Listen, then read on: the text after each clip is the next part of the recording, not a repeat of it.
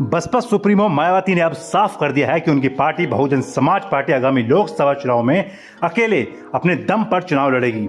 वहीं इसके साथ ही उन्होंने खुद के राजनीतिक संन्यास की खबर को गलत बताया है। उन्होंने कहा है कि उनके संन्यास की खबर में कोई सच्चाई नहीं है।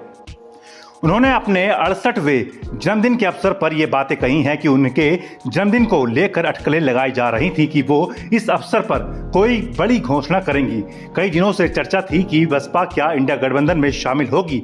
अब इनकी इन घोषणाओं के साथ ही साफ हो गया है कि बसपा उत्तर प्रदेश में अकेले ही लोकसभा चुनाव लड़ेगी। माना जा रहा है कि इंडिया गठबंधन के लिए उनका अकेले चुनाव लड़ने का फैसला नुकसानदायक हो सकता है।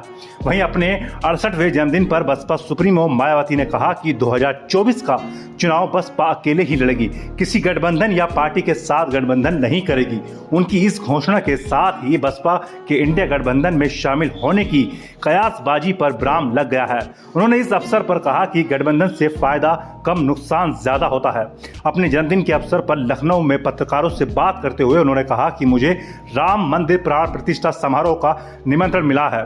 मैंने इस पर अभी कोई फैसला नहीं लिया है। उन्होंने बताया कि अभी मैं अपनी पार्टी के काम में बिजी हूं, लेकिन अयोध्या में 22 जनवरी को जो कार्यक्रम हो रहा है हम उसका स्वागत करते हैं। मायावती ने कहा कि आगे चलकर अगर बाबरी मस्जिद को लेकर भी ऐसा कोई कार्यक्रम होता है तो उसका भी हम स्वागत करेंगे।